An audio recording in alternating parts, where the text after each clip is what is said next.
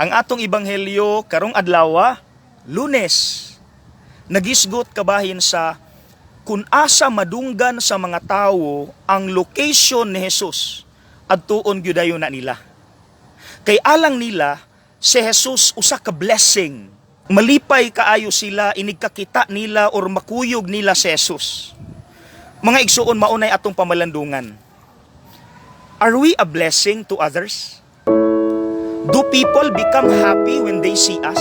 Malipay ba sila kung makakita sila nato or mukuyog ta nila? Or basin magguba hinuon ilang adlaw inigkakita nila nato? Ang uban masuko nato. Ang uban maguol. Ang uban mulikay. Or kung muabot ta sa tipok, manghawa. Again, are we a blessing to others? Or basin wala ta nakahatag og kalipay kining atong presensya? Ang bottom line actually aning tanan mga igsuon, batasan man gyud nato. Kumusta man atong batasan? Muna muni atong pamalandungan karon.